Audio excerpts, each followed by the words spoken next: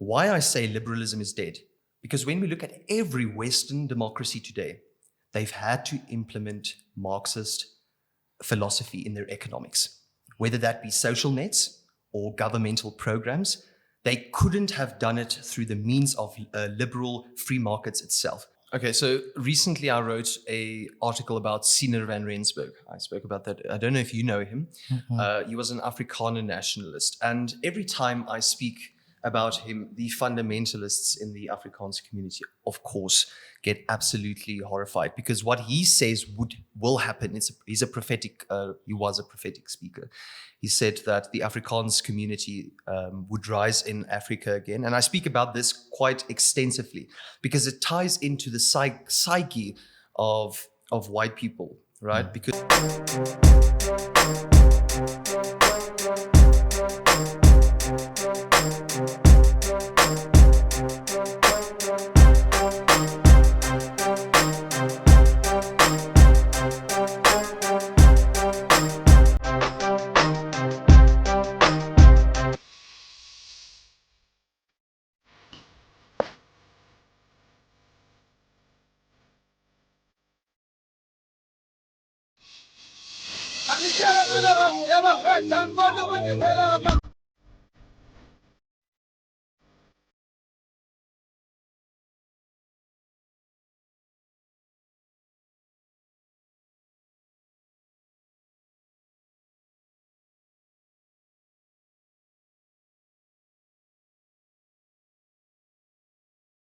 got beef sausage in there, got some eggs, got caramelized onion. It's basically, we call it it's a Monday burrito to kill the hangover the next day. You can have it hot. My hangovers aren't exclusive to Monday. So then you can have this any day.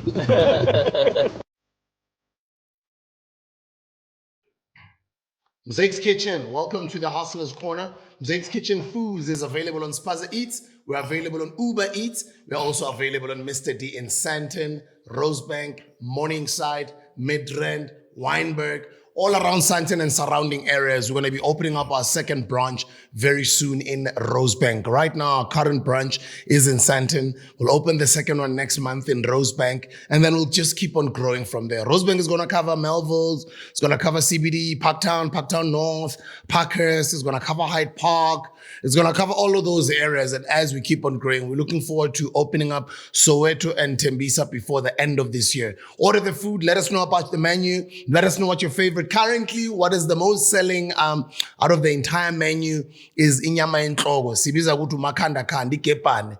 Thank you so much for all of the support, and thank you for the reviews have been amazing. We appreciate you guys' support. It really means a lot. And as you take the deliveries, guys, if you can, if our delivery scooter guys give you great service, please tip the guys, because they are young hustlers making a living for themselves. Please, do make a difference in their lives. 3 generations on the show today. I'm 45 years old. He's 30 years old. He's 21 years old. Decades apart, all 3 of us. It's bound to be an interesting conversation. We've got PIETER KRIEL, and we also have got Rorisang Musedi. They are here on the Hustlers Corner. They'll be doing most of the talking, but I'm just looking forward to learning from the young guys. How you doing, Mr. PIETER? I'm doing very well. Thank you for having me, and thank you for the amazing food we had earlier. I can guarantee that it's something you just need to get and try at least once, but probably not just once. So it was very good. I'm glad you enjoyed the food, bro. Yes. Thank you, man. We do feed our guests, guys. So when people visit us, we make sure that they have a nice meal. We hang out over conversations and a drink of Mofa as well. And we've got ex-UCT SRC President, Mr. Rorisang Musedi. I know he doesn't like it when I say that, but yeah. How you doing? I'm good. It's exciting to be here. I'm very excited to speak with you, PIETER. Seen some of your content. Keen to know a little bit more what you're thinking. But yeah, I'm good. Thank you very much for having me. Great episode with Nota 2 weeks ago. Thank you very much. How did you feel? That was your first time debuting on the Hustlers Corner. Yeah, it was just kind of moving the conversations that I have with Nota off camera onto camera. So it was nice to kind of have that transition, and I'm glad that some people enjoyed it, people engaged with it, because at the end of the day, that's what it's for, right? We have these conversations so that more conversations can happen and people can learn and take from it. So Looks like you and Nota argue quite a lot. we do, but in a good way, I think. A respectable way. Yeah. And there's never any hard feelings or anything like that. Yeah. So that's what's important. Yeah. And how do you take criticism? Because I also saw on your episode with Nota, some of the audience members were hearing from you for the first time. Yeah. There was also a lot of criticism, as much as you also got a lot of support, as you'd know, the online world. Yeah. I mean, how I take criticism, I don't know, my philosophy and my thinking is this.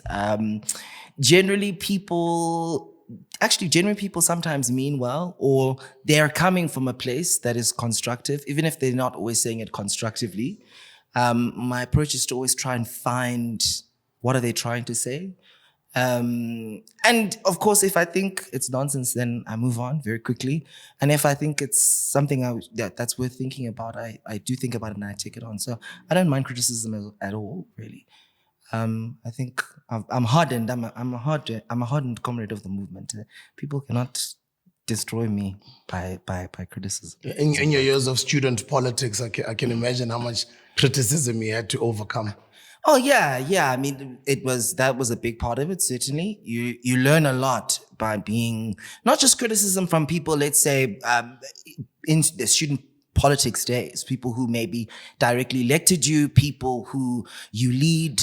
Some of them they didn't vote for you. Some of them you're leading movements. So you'll have criticism of your decisions, which I think is very healthy and important. You'll sometimes, yes, have criticisms of your style, of the things that you do, right? And that's important.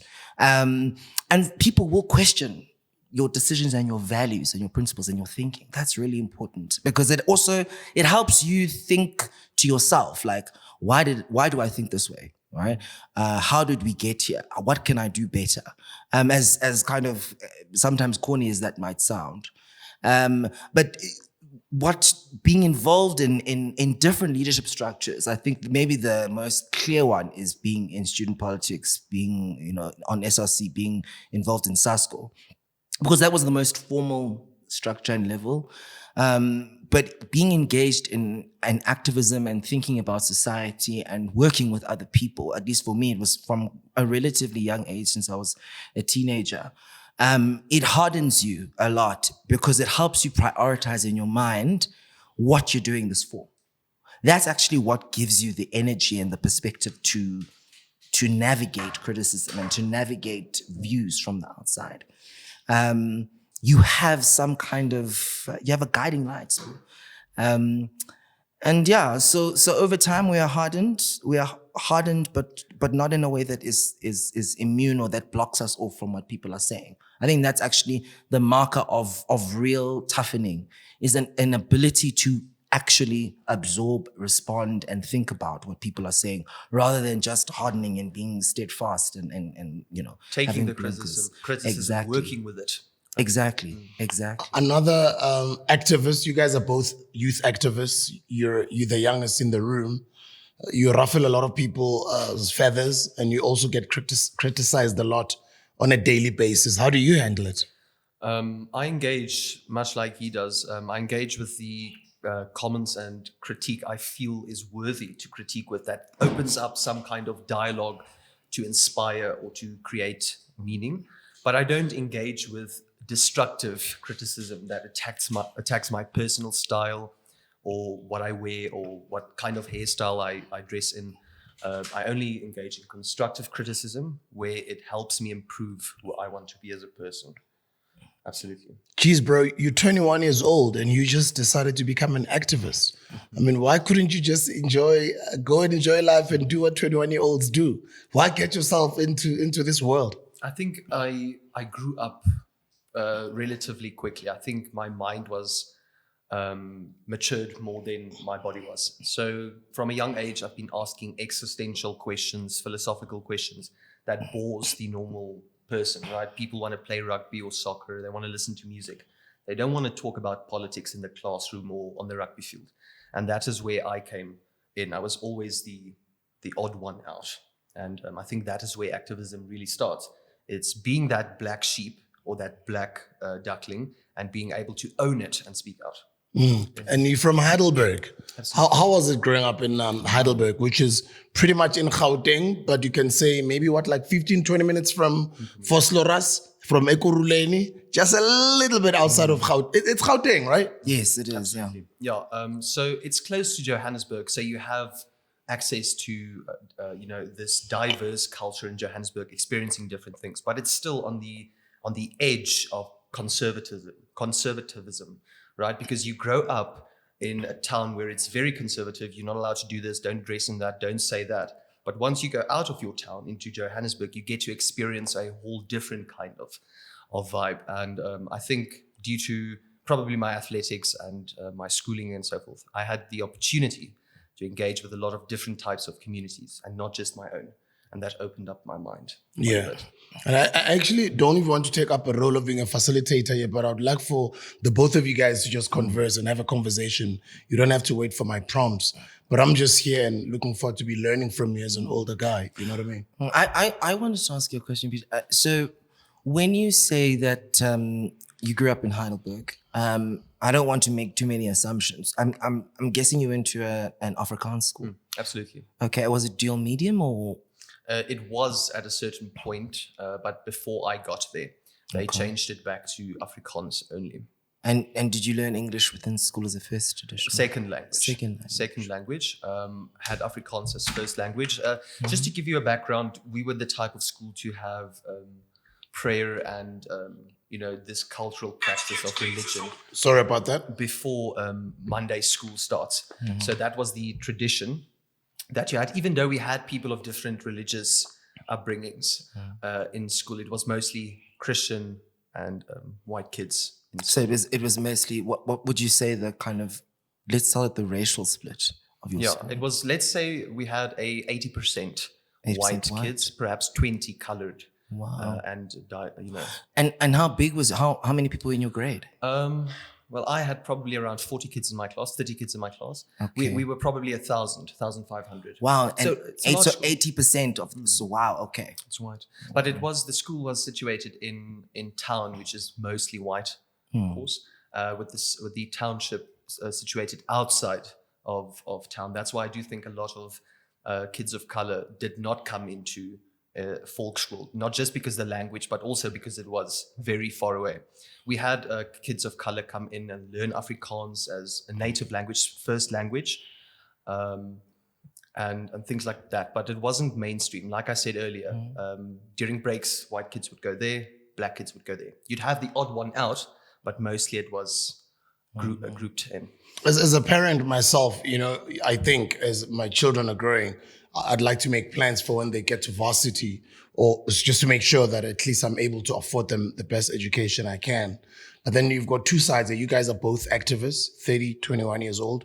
You went to varsity, you went to UCT, but you decided a different route. Instead of going to tertiary, you just decided to backpack and travel the world. Tell us more about that. Yes, so I wanted to experience. By the way, this is after matric, right? After matric. Okay. And during matric. I started traveling during matric. Okay. I moved out of my parents' home during matric. Oh. And I went to live in Sandton. And I made quite a good name there selling articles. And I had a few odd jobs out and so forth. But what type of articles were you selling? PhD articles, so thesis writing and so forth. So in matric. In matric. So if you need help with your thesis in university, you'd come to me and I'd probably help you a little bit with that. So I'd sell. And how much you would sell an article for? $1,000. Okay. $1,000. You're a really bright kid, yeah? Yeah. So after moving back to Heidelberg, that changed, but it gave me the experience of Sandton, very diverse, assimilated culture, because all my neighbors were either black people or Chinese people or people of other colors, whereas in Heidelberg, my neighbors were white. I only communicated with white people. So my travels, whilst unorthodox, gave me insight into different human cultures. And I'd like to go and study, once I finish my humanist walk, I'd like to go and study philosophy. Yeah, but before we continue with the convo, I'd like for you to take me through the backpacking outside of the country. Okay, so I've been to Georgia, I've been to Netherlands, I've been to most of Western Europe. I've done parts of Asia, I've been to Turkey, Qatar, and Dubai. I've done backpacking there. And, you know, you get to engage with these different Semitic tribes, and I was in Mozambique as well. I got to engage with a lot of different nations within Mozambique, because they have a diverse group of people that are the same, but they express it in very different ways, which is very beautiful. And that's why I'm an advocate for cultures expressing their uniqueness, because expressing your cultural uniqueness doesn't show difference, it shows diversity within unity. So I agree with you on that. I'm fascinated by this. So I just I make little notes so I don't forget. You say you left your parents' home during matric. Why? So I left Heidelberg because I felt trapped in a system that wasn't designed for me as a person. So I felt like I had to get out of Heidelberg, otherwise I wouldn't become the person I am today. So moving out at the age of 18, obviously it was one of the most stupid decisions I ever made, because I put myself in the real world and I actually had so much to learn still.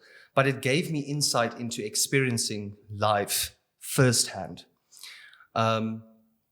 So my parents, my dad, very religious, didn't agree with my tattoos or with my views or anything like that. So he never discarded me as not his son, but he made it known that, you know what, even though you might be my son, we might not always agree with what you're doing. So I felt constricted. I felt I had to get out. And I do think that to a large extent, that was good for me and my dad, because it helped me experience or found out who I was. But still coming back to my dad and knowing that, you know, I can love him and who he is and try to help him without changing who I am. Do you have siblings? Yes. I have a brother. He's 3 years younger than I am. Total opposite. Loves sport, loves, just going out, playing cricket or rugby or any type of sport. Don't ask him anything about politics or philosophy. He'll tell you directly, you're wasting my time. Life is not about that. So just one brother? Yes. Okay. I find this so fascinating. I haven't heard somebody who, I have heard people who've left after matric, but during matric. I mean, that's such a fascinating decision and experience. And when you went and you decided that you want to be on your own during that period, and you went to Sandton, can you tell us a little bit more about your day-to-day life? How were you making money? How were you eating? Where did you sleep? So I had a flat, which I acquired through a friend. He knew the property managers at the flats I was living at, and he helped me get into that. But like I said, I did a lot of TikTok lives. I was very provocative, and I sold quite a few articles, whether that be helping in thesis writing or just normal article writing. I sold quite a numerous amount of articles, which helped me, which I still do. And I sell them only for 30 Rand, because I do think that every person should have access to my work. Interesting. Now, sorry, I know it's a conversation, but I've got just so many sparks are going off in my mind. You've just now on this topic of you selling articles, which I think is a really great hustle. I must say that you're a very good writer. So we must definitely see a little bit more about you. I look forward to reading it. But you raise an interesting point by saying that you've reduced your charge or your fee to 30 Rand per article, you said? Yes. And how long are these articles? Around 2-3 pages. 2-3 pages. It's basically a quick read. So it's in a blog format. I write most days. I don't publish. I publish around once a week. And topics would be either politics, socioeconomics, or perhaps philosophy. The latest one was about Helen Zille and the death of modern classical liberalism, which I touched on, and it made quite a few people upset. Let's talk about it. Yes. So I think that Helen Zille, during the apartheid days, right, as an anti-apartheid activist, her vision, and people like her, their vision resonated with Black people because it meant getting political freedom. But I do think they lost that flame after the 1994 elections because they stopped resonating with the needs of the majority of South Africans. They stopped resonating with Black people wanting some kind of representation in equity and equality, whether that be economically or politically. And they've sort of managed poverty instead of eradicate it or try to fight it effectively. I hope that. So interesting. I just want to take you back to, because I think that the title of yours, because I actually really do, I wish I read this before. You refer to Helen Zille as an anti-apartheid activist. Is that your view? I think during apartheid, it's undeniable. It's an undeniable fact that she was involved in some kind of equality or fairness campaign, right? But we have to ask, to what extent was her message diluted, right? Because a lot of white liberals during apartheid wanted economic freedom and political freedom for the masses. But that didn't mean dismantling the immense power and wealth they had. It just meant reinventing it, evolving it, and implementing it to the people. That's why I still believe, to a large extent today, most South Africans are still caught up in apartheid. And you in this title that you've just provided to us, The Death of Classic Liberalism, you said. Just give us a sense of what is classic liberalism. How do you think about that? So I think liberalism has been distorted throughout history. A lot of right fanatics, anything that goes against their country and their nationalistic pride, they'll term as liberalism or liberal, even though it might not be historically or politically correct. Liberalism is all about free market economies and individual speech and rights and so forth, which I'm all for, but I've never identified as a liberal. I've always identified as humanist and leftist because I don't just believe in free market economies. I believe in the real transformation of the economy to have Black people participate, not just participate, but participate equally as white people. So no, I wouldn't, I'd say that liberalism has been distorted quite immensely, but the liberalism she fought for, the classical liberalism, the real one, that has died in South African sense because giving people or telling people that you'll give them the opportunity to get an education and participate in the economy is not the same as creating that opportunity for them, which is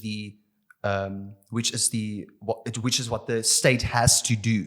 That's in their manifesto. It's what the definition of statehood is, of government, is leading, transforming, and creating opportunity for the people.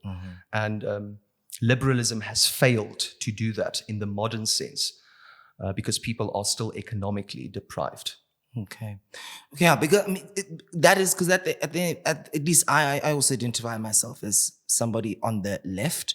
I have very mass democratic movement, ANC, SSCP thinking and development, which I think most people, if everyone comes from that tradition. I find it interesting that the reason I asked about your thinking about Helen Zille being a basically contributing towards the liberation movements and the struggle is what I'm hearing, what I think is that liberalism, the way Helen Suzman thinks about it, the way Tony Leon probably thinks about it, is, as you say, within the classic kind of liberal tradition, free markets, really focused on freedom, liberty, a very, the name is now escaping me, and I went to school for this, sorry, but that kind of thinking of liberalism it's an interesting one because during the struggle, I would think, and my reading of the history, is that the people found commonality and comradeship around striving for freedom, right? But what does freedom mean? And that's why, for instance, as you mentioned, Helen Zille, Helen Suzman is a very important character in the apartheid story. I mean, I think it is a little bit unfortunate that she passed away in the early 90s or at the precipice of our democratic dispensation, because I think then she would have been a more active and fully realized character within our liberation story. But in that liberal tradition and movement, because freedom was such a broad term and is actually such a contested term that now I think defines our politics today in this country, and in fact the world. I do think that, liberalism itself may not have died. We may have actually just thought about freedom differently. And in many ways, the right wing that we see, for instance, in America, people who would think of themselves as classic conservatives, let's also be specific, that the way people understand classic conservatism, whether it's the Tories, the old Republican Party, that is liberalism, right? It's the classical form. Yeah. Both Republican and Democratic Party, I don't know if you'd agree with me on this, they both are actually center-right. They are both liberalism. And when we look at the UK, the Conservatives versus the, what's it called? Labour. The Labour, that is an actual case of left versus right. I think the United States, both parties actually advocate for freedom of speech, free market economies, and a kind of liberalism. I don't know if you'd agree with me on that. I don't, and I see that it's a very popular view these days, for I suppose a whole host of reasons. But I'll tell you why I don't agree. If we look at the Democratic Party as the first example, the Democratic Party and the Republican Party have had different lives. I mean, at one point, the Democratic Party was the party of the white supremacists, right? So let's talk about the Democratic Party since the 1960s, 1970s. On an economic level, Democrats, I think one of the most consistent strands in their ideological or policy position is a belief and an understanding that there needs to be government intervention within the economy, right? Whether that is regulation, whether that is setting certain minimums on wages, work standards, ensuring that equal rights, that, equality is not just meaning that every Tom, Dick, and Harry, we are all the same. No. Understanding that true equality requires work, it requires interventions in society, whether it's legislation, change in culture, that kind of thing. So I think you can accuse the Democrats and many parties, and I think, let me actually say, and that leads, I think, into a broader conversation looking at the Labour Party. The Labour Party, in many ways, yes, has a far more left tradition than the Democratic Party. The Democratic Party, I think, was the first proper big tent, broad left political party of Western democracies.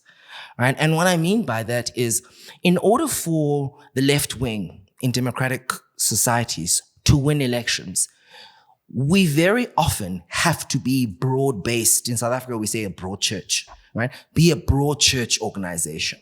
We need to encompass people who are communists, people who Capitalism. are, social democrats, or what's this, democratic socialists, to people who are, democratic or social democrats, to people who, yes, maybe who identify more with being just off of more advocates of free markets. But all of those different traditions agree with the role of the state in the economy, with understanding that, equality of persons is not just it's not equal opportunity, the opportunity to, it is sometimes it's about making certain interventions to try and lead to a particular outcome. Let me tell you why I think liberalism is dead, right? Because let's be honest, what is the most influential philosophy to ever exist? Let's be honest, it's communism, it's Marxism. It's defined political spheres. The United States and the West sent trillions to the East trying to stop communism, trying to stop left-wing policies. Why I say liberalism is dead? Because when we look at every Western democracy today, they've had to implement Marxist philosophy in their economics, whether that be social nets or governmental programs.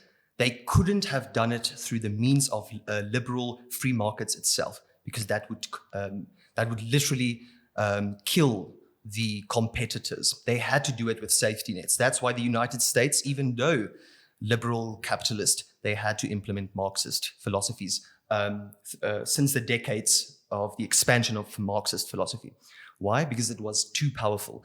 Marx pointed out that workers are being exploited in factories, working 18 hours a day and getting a minimum salary. If those communist Marxist safety nets were not put into place in most of Western Europe and the Western world, that's why I say liberalism couldn't have done it by its own. It had to have Marxism. So when you think about this, it's an interesting argument that you're making. So I'd be correct in saying that you think that all left thought, ranging from whether it's interventions in the economy around regulation, setting, let's say, emission standards, to setting of minimum wages, to the welfare state, is your view that all stems from Marxism? No, I don't think it all stems from Marxism, but I do think that Karl Marx quite successfully pointed out the flaws and contradictions of capitalism. I think even though you might be the biggest capitalist, you have to agree to a certain point and extent that Marx, as well as his ideas, has been revolutionary. It changed the way we look at the world and the worker. And I'm not saying as people of the 21st century, we have to implement Marxist policies of the 19th or 20th century, but we have to adapt and evolve them. Safety nets is a basic need. I don't want to hear anyone saying that water shouldn't be a basic right for every South African, or that healthcare shouldn't be free, or that education shouldn't be accessible and free to everyone. That is disillusional, because that is what liberalism in its classical form meant. You could go to university if you achieve it by yourself. You can go to the private hospital if you can afford it.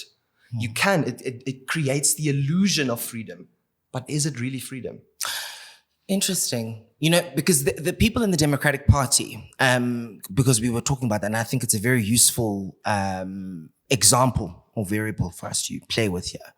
People in the Democratic Party, let's say, if we take our mind back to the Roosevelt, so Teddy Roosevelt, pretty sure he was a Democrat, maybe a Republican, but Teddy Roosevelt is a pioneer. In America, they call it antitrust. Around the world, we call it regulation, competition regulatory regulations, and thinking around monopolies forming oligarchies, concentration of markets, right? Some people who are advocates of free markets or of capitalism will say that you need state intervention for free markets to exist and thrive, right?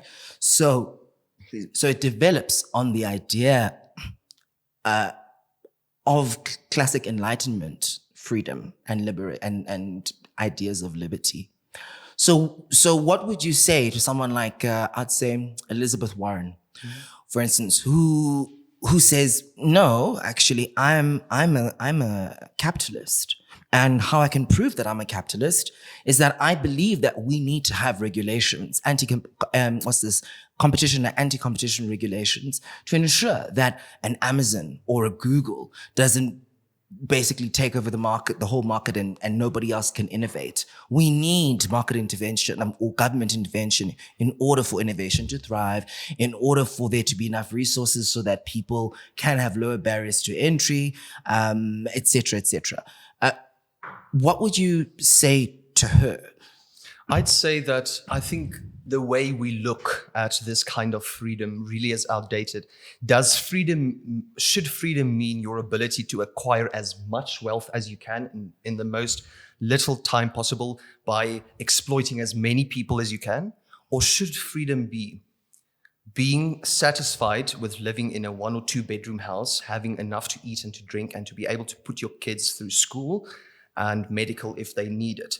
I think we need a drastic type of changing of what freedom means. Just participating in the economy. And a lot of people use capitalism as an example. Capitalism creates jobs because free markets, people create jobs. Even though I'd agree with that, I've always been quite honest that you can have a type of left philosophy politically and have aspects economically of a free market because it drives that fire. People that have their houses taken away from them and is told to work 10 or 11 hours a day for nothing, just for the state, they lose that drive. So when you combine kind of this, like you said earlier, social democracy, you give people those safety nets, but you still give them the drive to make wealth. I just think we need to limit that wealth and say, if you're a family of 2 or 3, you should be limited to a house of 2 or 3 bedrooms. A person, 1 or 2 people shouldn't be able to live in a house with 20 bedrooms because it limits progress. How would you, when you, because I think it's a very interesting, how would you achieve that? Or how would you achieve or action that kind of, not just desire, but that outcome to say, you are too wealthy. The classic line now is that billionaires are a policy failure, right? So how would you achieve and ensure that kind of, you have space to innovate and to make money, but there is a limit? How do you think about how we can? I think we need to have people understand that when they make a certain amount of money, they can't automatically use all of that money because you can't spend billions of rands or billions of dollars unless you consciously make the choice at a certain level where you're cut off to donate that money or give that money back to society. Because at the end of the day, society made everything possible for you to acquire that wealth, whether that be through work or the labor that put into it. It's a communion. It's a community work. It's not just your work. And that is why it needs to be limited. So yeah, you're allowed to earn your 20 million rand. But after that, you need to start putting back into the community so you can help your friends also become millionaires. Because at the end of the day, if they're millionaires and you are too, you're both contributing equally to the economy, whereas just one of you are, and one of you are rich. So you I'm surprised that I didn't hear the word taxes in your statement. You spoke about giving back. Are you saying that it shouldn't be taxes? What do you think about taxation? I've always been an advocate to have the rich pay their fair share, which I think is very important. But like I say, you can't tax people out of existence because then there's no drive. I don't want to work 11 hours a day and give away 50% of what I worked for that day. But when we change our definitions and we don't see this as giving away my property, my money, which is a very, very Western way of looking at things, placing dominion over property. I think once we change that and we see it as a collective input into a collective society where it benefits you as well, it changes. Because once we start viewing humanity as one organism, which we kind of are, right? We drive this planet as one mechanism. It moves in one direction, even though we all operate differently. Once we acknowledge that, we can steer the earth into a whole different direction. We have the means to end poverty in South Africa. I think most people would know that. The decision has been taken not to do so. What do you mean by that? So when you look at what China has done in the last 100 years, they lifted 800 million people out of poverty by creating very tight industrialized zones and working, but still allowing that a bit of free markets of the capitalist system. China has been open about that. And they've eradicated the type of poverty that we see on the streets of LA and New York City. Yes, people might not get $20,000 per month working their 9 to 5, but at least they have the basic means of going home at night, sleeping with a roof over their heads, having access to healthcare and education and so forth. That's important. That's a very important thing to have fall back on, because let's be honest, once you don't have to pay for education or housing or stuff like that, suddenly making a little bit less money seems more reasonable because you have less to spend it on. You have the government as a backup, knowing that, okay, the government by the people, for the people, will take care of you if implemented by the people. So you're saying that in South Africa, for instance, we have the ability, we have the capacity to eliminate poverty. Yeah? Yes. So I don't think many people will disagree with that. And you're using China and particularly their special economic zones. And they're as not an even example. as privileged as South Africa is, and they got it right. They eliminated poverty, and they don't even have the immense natural resources South Africa does, or Africa does. Africa has been kept poor deliberately for hundreds of years. And let me tell you what's going to happen. In the next 100 years, for the First and Second World War, the battlegrounds of capitalism and communism was Europe. The battleground of modern politics will be Africa. The West and the East will come here and they will compete here to have a say in what happens to Africa. And I'm totally against that. Africa needs to be its own voice, and that's why I'm a Pan-Africanist, and I won't sympathize to the left, to the East, and I won't sympathize to the West, even though I acknowledge the East as a contributor to the end of apartheid. Where does democracy factor into your thinking, given the fact that, of course, China is not a democratic society? And many would say that the industrialization that you refer to, the lifting out of poverty in that specific case, was possible because they are effectively an authoritarian state. I'd say I'd swing the argument around totally and say, let's look at the amount of homeless people in South Africa and in Western countries. People addicted to drugs, people addicted to alcohol and pornography and things like that. It's a product of the West. We've been over-consumerized by the West because we've been given things in order to forget about what is really happening. And what is really happening is the West and the East are competing for the natural resources and the immense power that Africa holds. So there But is just to answer your question, Yeah. I do think that democracy is inherently flawed. I don't think it's unnecessary or not useful, but I think democracy is inherently flawed because at the end of the day, even though 50% of the people might agree and 50% might not agree, you don't have a majority like democracy says you do. You're not always going to have that 50-50% split. So that's why I question how successful democracy has been, but I don't limit it out because I do think we need to still use it. Otherwise, like you say, it transitions into that authoritarian state, like most of the communist states throughout history, right? They were not democratic. They promised utopias, but in the transition of power, like you said earlier, the grip of power stopped the transition and it kept them in that authoritarian state. Interesting. I think the reason I've been asking you this series of questions, obviously I'm trying to understand some of your thinking and where you're coming from. And there are many things that I agree with you on.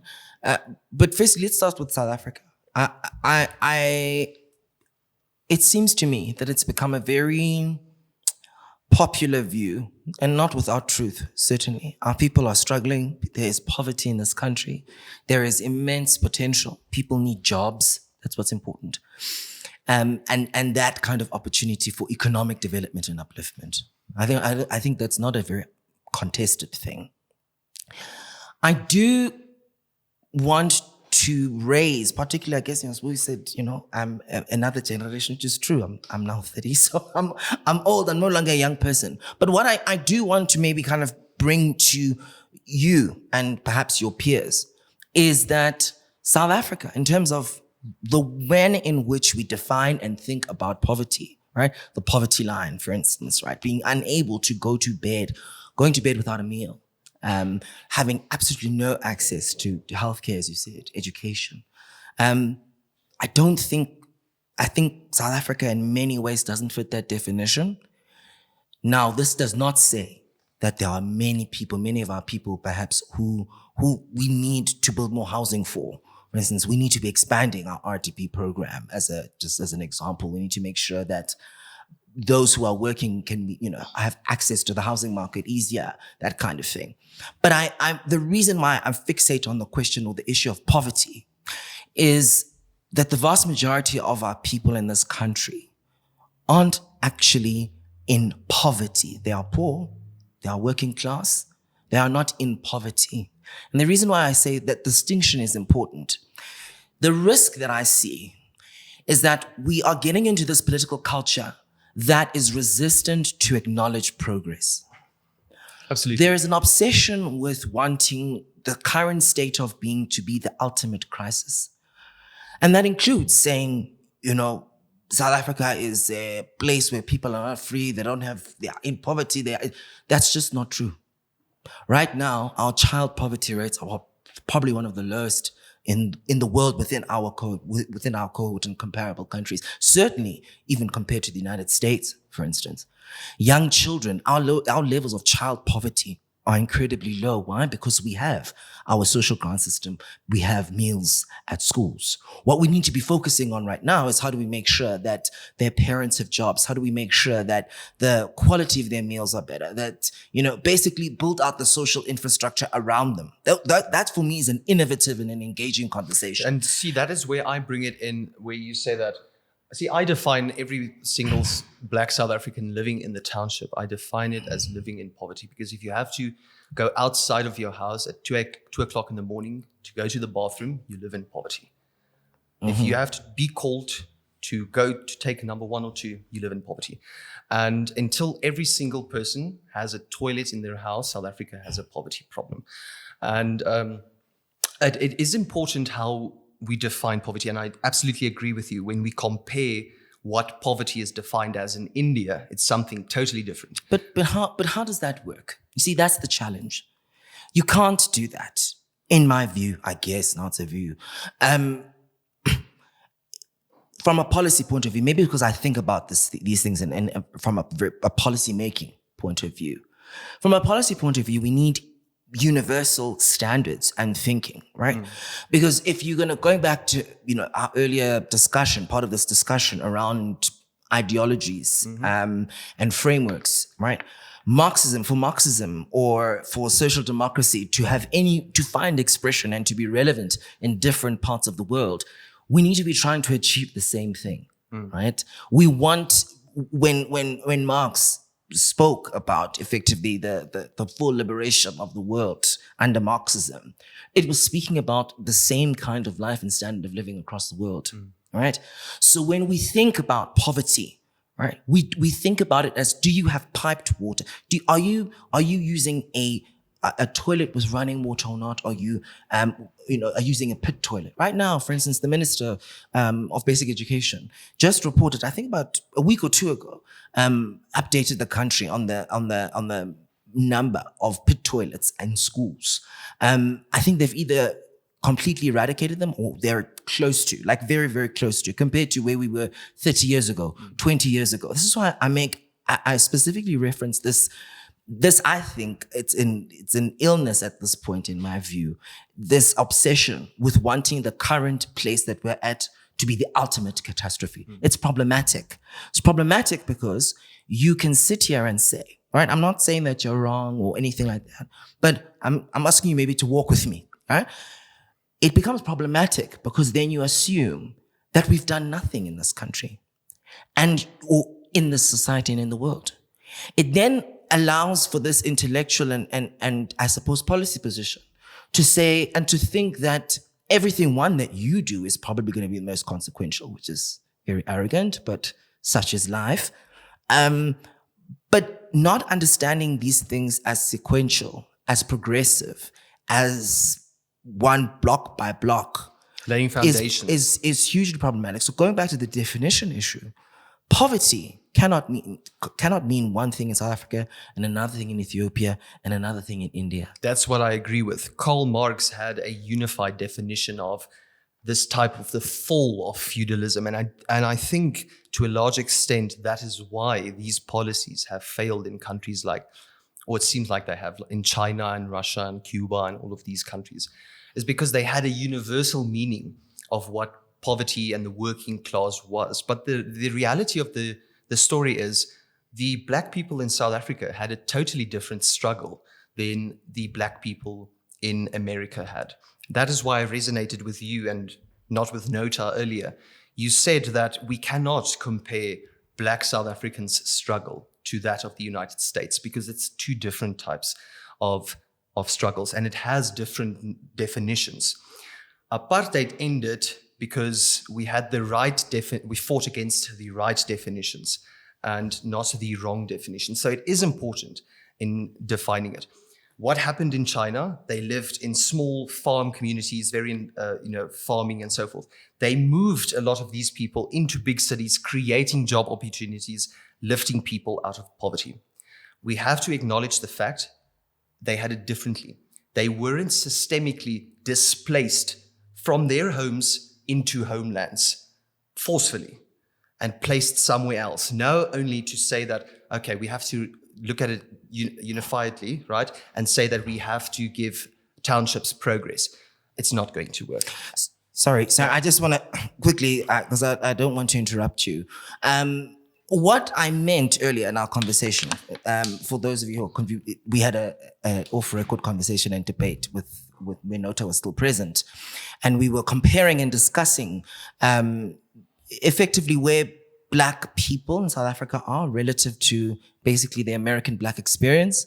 And what I meant by that is to say that, yes, in fact, I said that we can draw comparisons and it has comparative richness and interesting, but we are not on the same journey, right?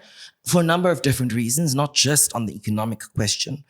Now, the reason I want to circle back to this issue of poverty, because I think it really illustrates a lot, I suppose, maybe of your position. What I think sometimes we need to change and improve, if we're going to be thinking in a more constructive way about freedom, and economic development and poverty alleviation, etc., is that in China, for instance, the reason I asked you about the role of democracy is that some may say that people were taken, yes, from maybe rural China and they were put in sweatshops. And they were made to work 12 hours a day for, let's say, in dollar terms, I don't know, whatever their 20 cents is or 30 cents to the dollar is, right? And what that equated to is their ability to clothe themselves, have some food, and then have a child in school. On top of that, having population control with the child policy. So those interventions are very important, but we must understand poverty to be the same. What is our definition of poverty? In South Africa right now, right? Yes, our people were dispossessed of land. The land question has, yes, to do with economic freedom. It has to do with political freedom. It has to do with identity. It has to do with a full achievement of freedom in our lifetime. But we must not lie and say that in our quest to achieve that full liberation, that our people are all necessarily in how we understand poverty to be. Our people right now, between the last 20 to 30 years, a vast majority of people have clean and piped water, have access to basic education. Now, if somebody gets through government-supported basic education, they can go to university for free, particularly if they are poor and working class. But let me just finish what I'm saying.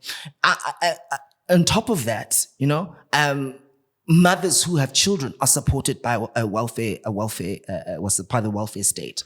Our elderly have a pension and supported by the state. Mind you, I think many South Africans don't know this, but elderly care and elderly public pensions, effective pension grants, are not a common thing across the world, right? Many places, some of them, in America, it's a pay-for scheme. You get taxed a certain amount, and then you can claim it from that public whatever. No, in South Africa, it's a guaranteed grant every single month. It ensures that our elderly don't fall into poverty. Poverty meaning going without food, meaning a place without water, clean drinking water, meaning in South Africa, for instance, a vast majority of our people in our country now have electrification. We've got electricity across this country. We have infrastructure. People have access to one, proper roads and infrastructure, which gives them access to economic opportunities in different places.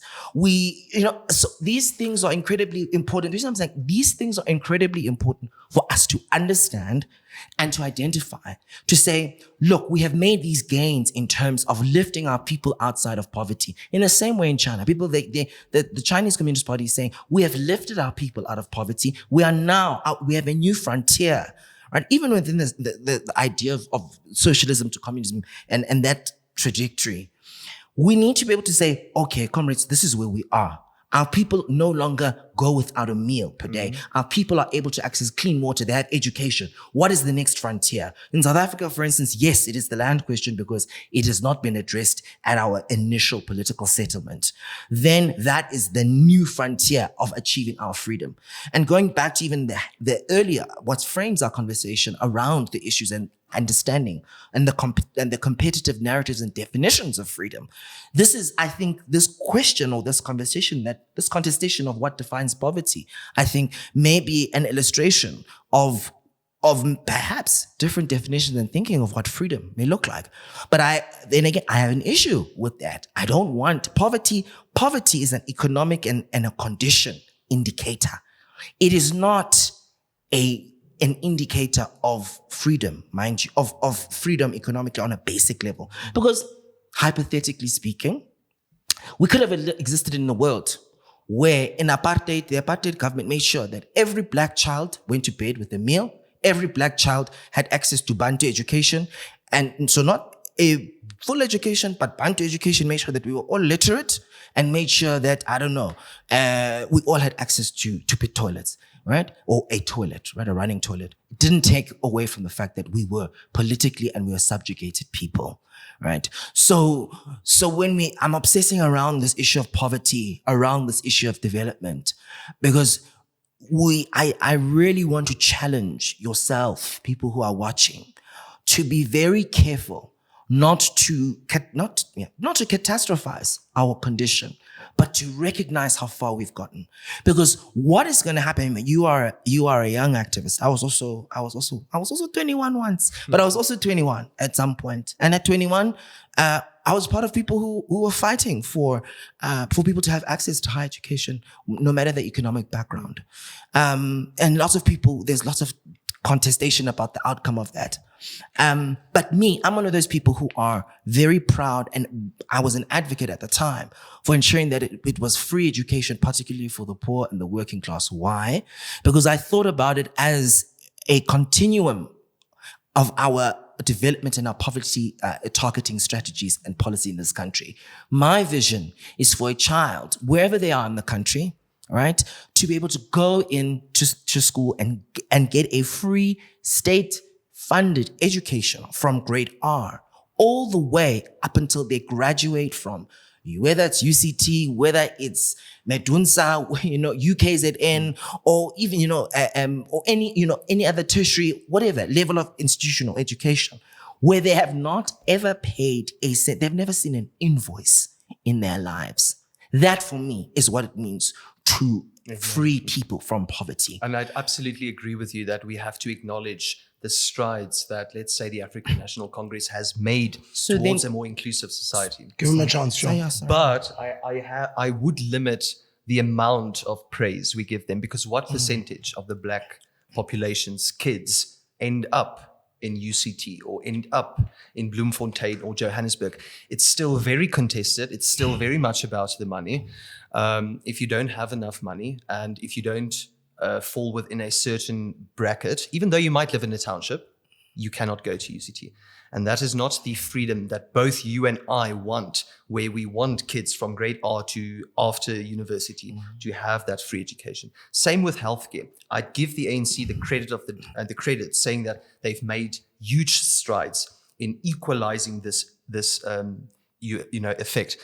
But to what extent has it been successful for the black majority? What percentage of the black majority graduates at a top university compared to white people when they've grown up in poverty?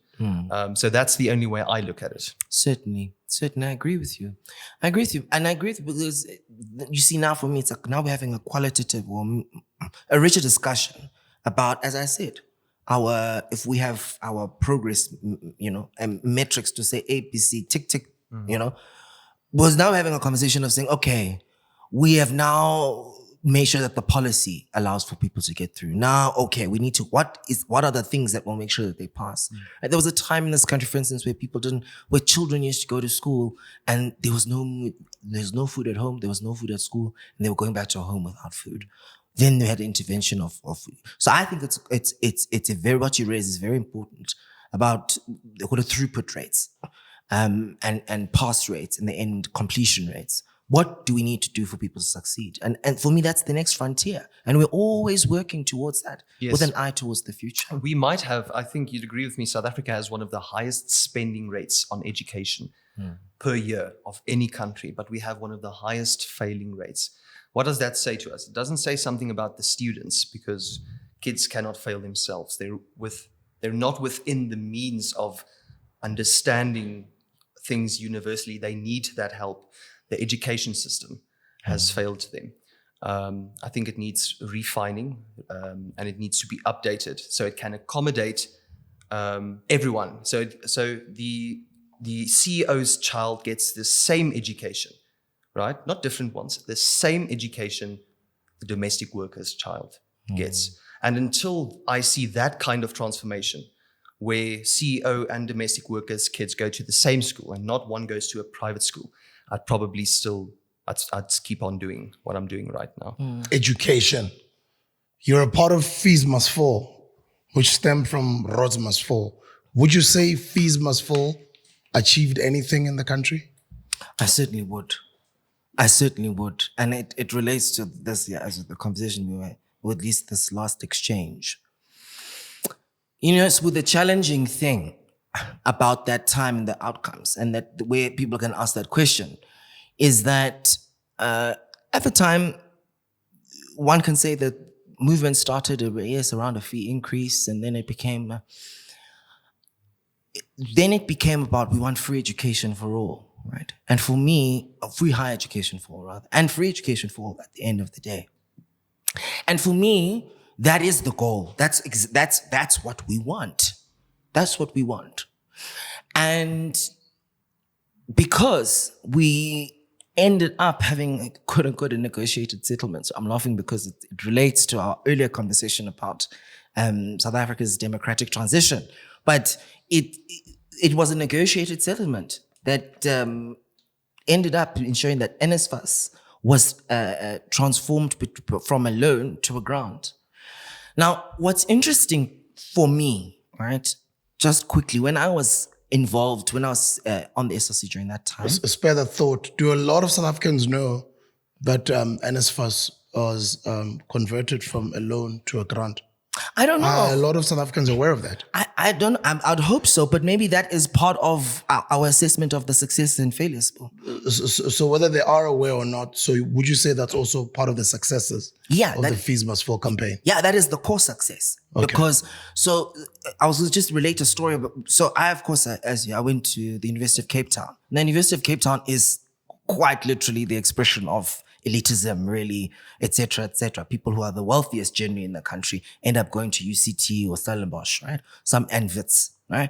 And therefore, the proportion, when you look at the proportion of revenues, free revenues, who is on NSFAS, who is a full fee-paying student, those numbers are tilted towards people who are paying full sticker price at places like the University of Cape Town and Stellenbosch. Of course, these things may have changed. I'm speaking from when I was there, when I was a student.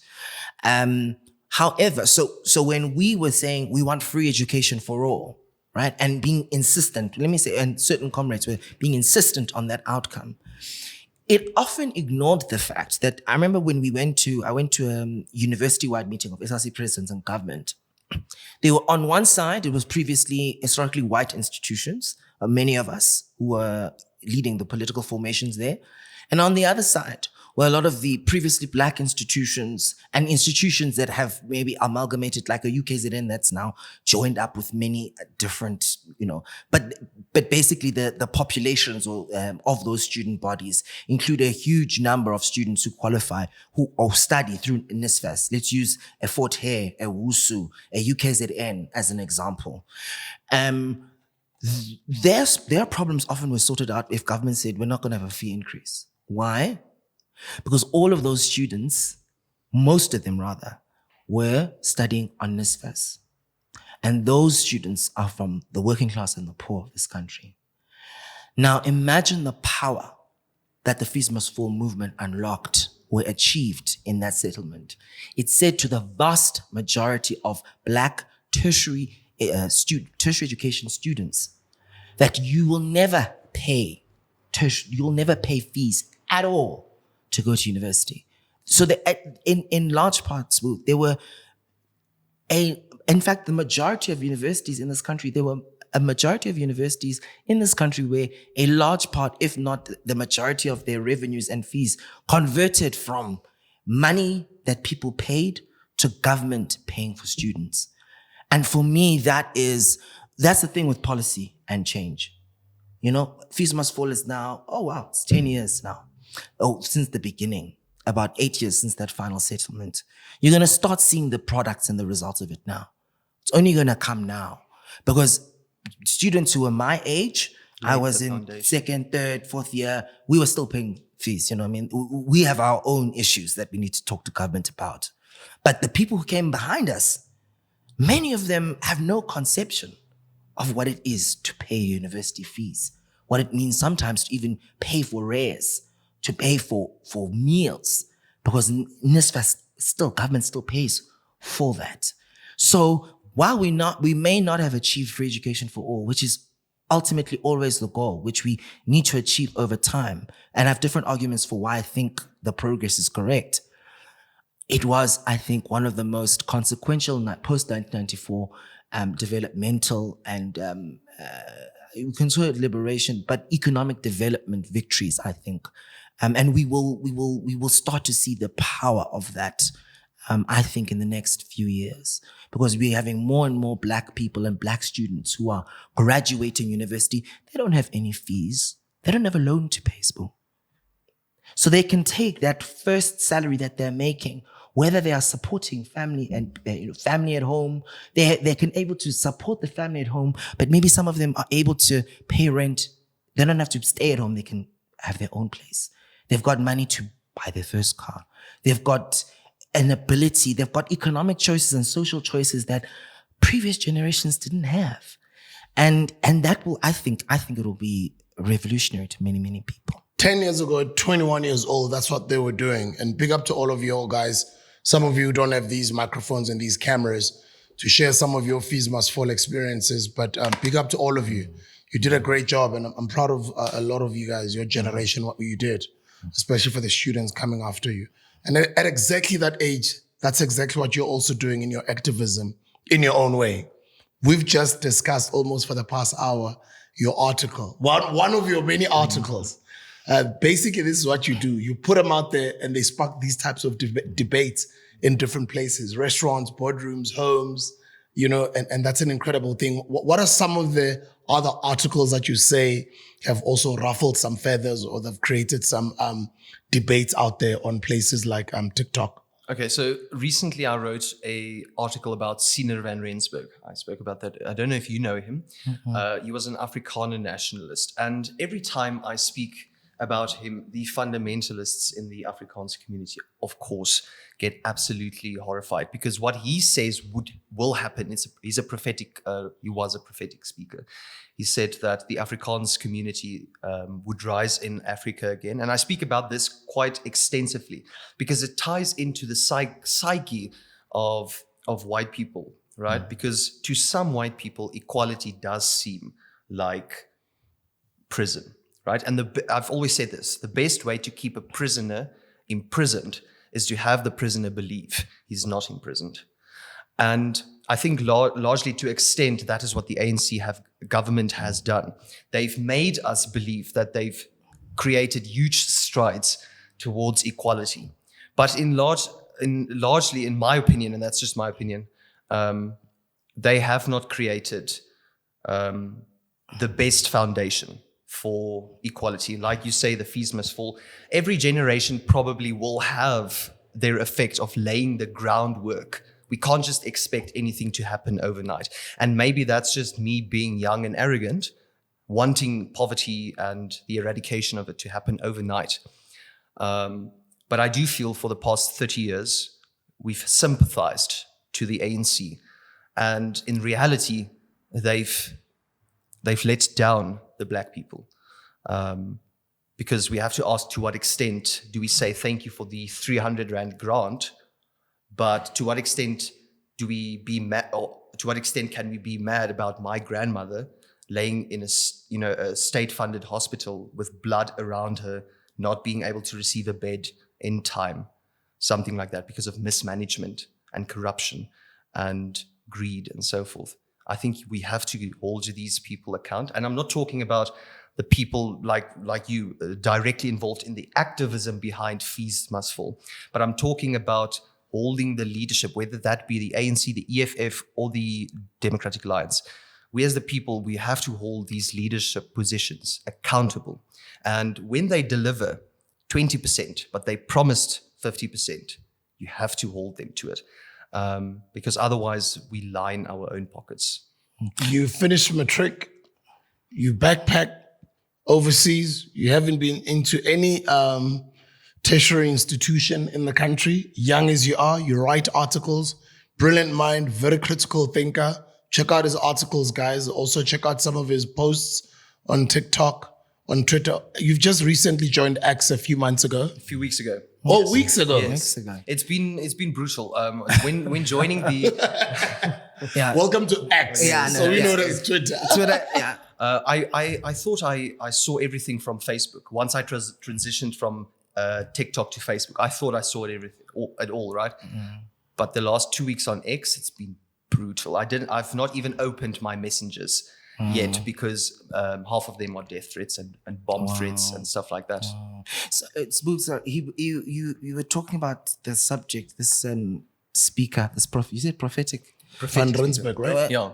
Please tell us a bit more about that. I have no idea who I'm that not is. too sure about when he was born. I think it was in the 1830s. Yes. He was illiterate. He was a farmer, and he said he had all these visions of an Afrikaans state rising after the dispensation, right?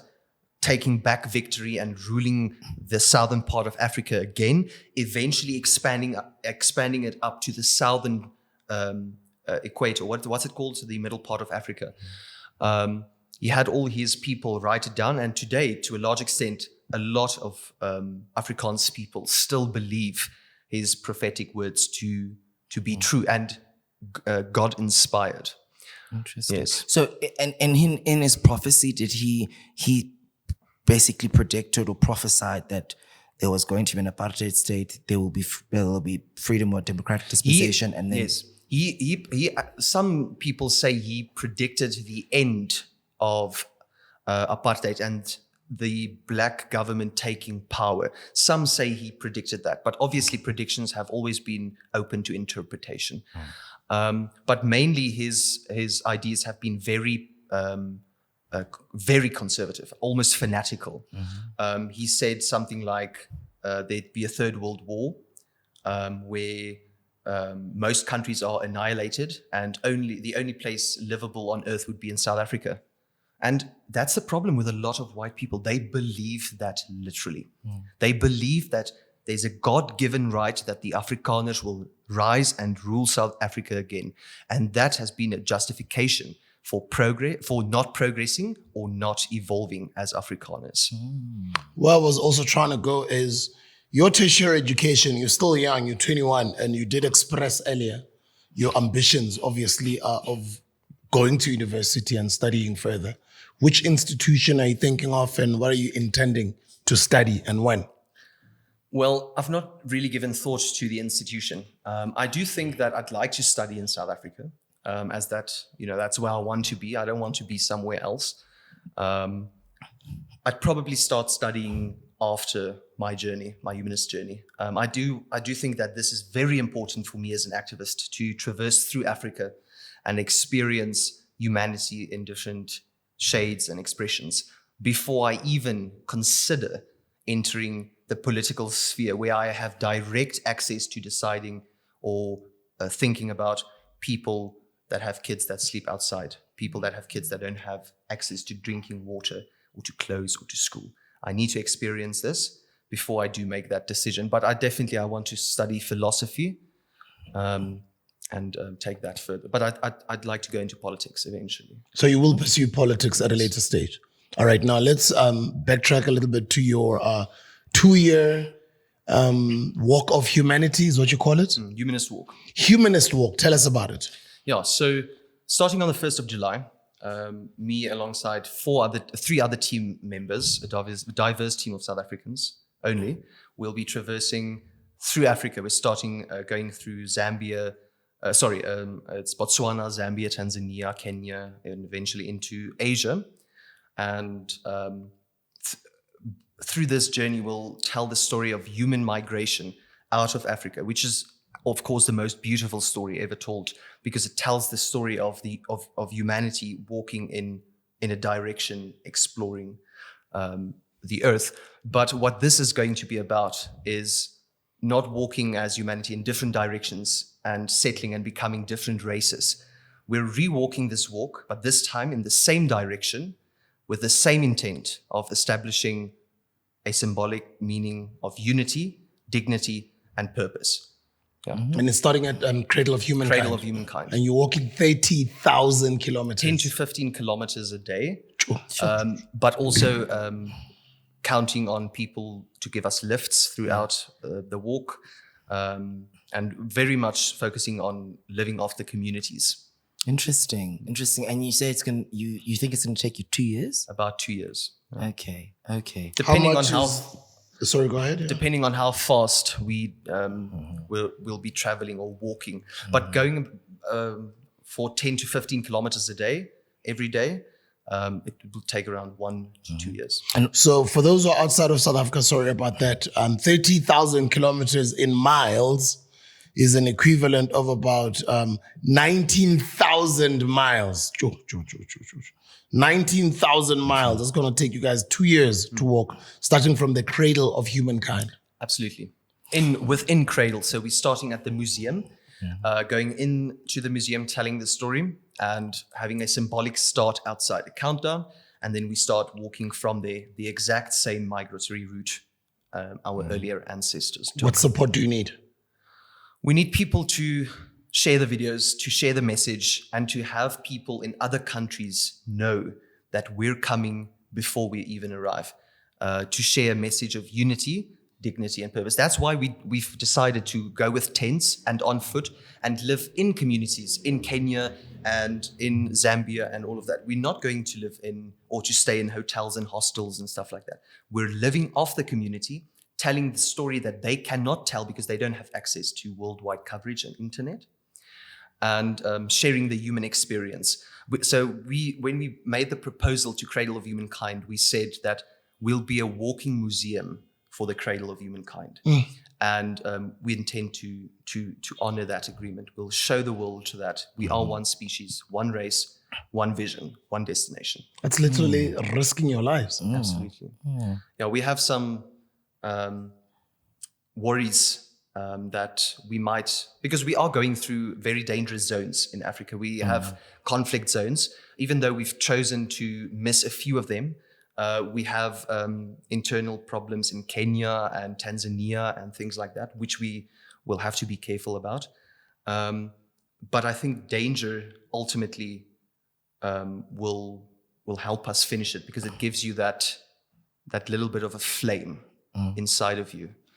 Right? And all of you guys are in your 20s? In our 20s, early 20s. So, I mean, just on the practicality, are you guys training for this at the moment? Yeah, me and my girlfriend, we're walking 10 kilometers a day, most days, between 5 and 10. So what we do is we go out we have a very long road next to the highway where I live.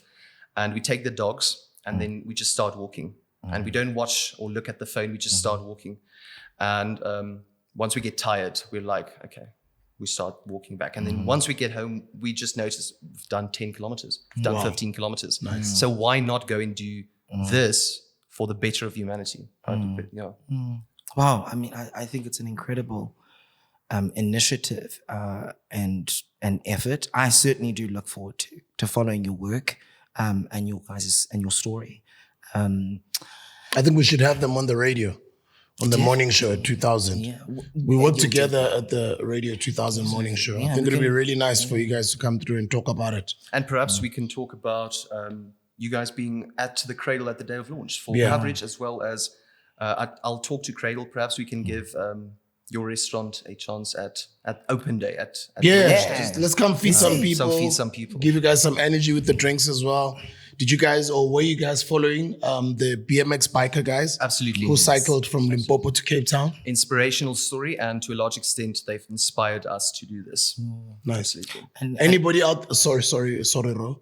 Anybody out there who might be watching? What's the website? How do they get involved? Where do they go to? So the link to my link tree is in most of my social medias, whether that be X or Instagram or TikTok. Just follow that. PIETER KRIEL, right? PIETER KRIEL, easily accessible, and it will direct you to all the necessary information, donation sites, and so forth. Amazing. I think it's something there was those BMX guys. There was the two different groups. Was it a year ago, maybe 2 years ago? White guy, older guy, and they did a walk from Cape to Cairo.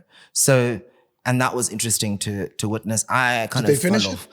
I think they did. That's why I'm like, nice. I don't want to lie and say that I followed it right till the end. But with you, we're gonna follow. Absolutely. We're gonna follow. And I look forward to how you capture those different communities. I think I'm thinking about the Poppy show right now, what a wonderful job she does when she's backpacking and kind of thinks about her almost never-ending anthropological project. And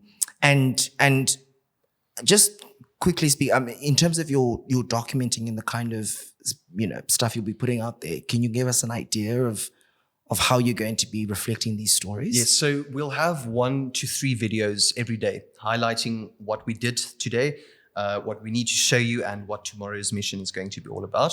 And then we'll also be doing a mini documentary series, filming all of that, but that will only be released as we hit different milestones. So Africa will be released once we finish Africa.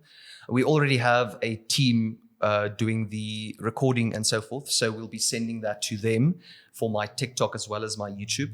But also we'll be doing lives daily, wherever possible, because it wouldn't be possible everywhere. But engaging with the people, asking questions, getting more info on what the people want to see and learn about and so forth. So it's going to be very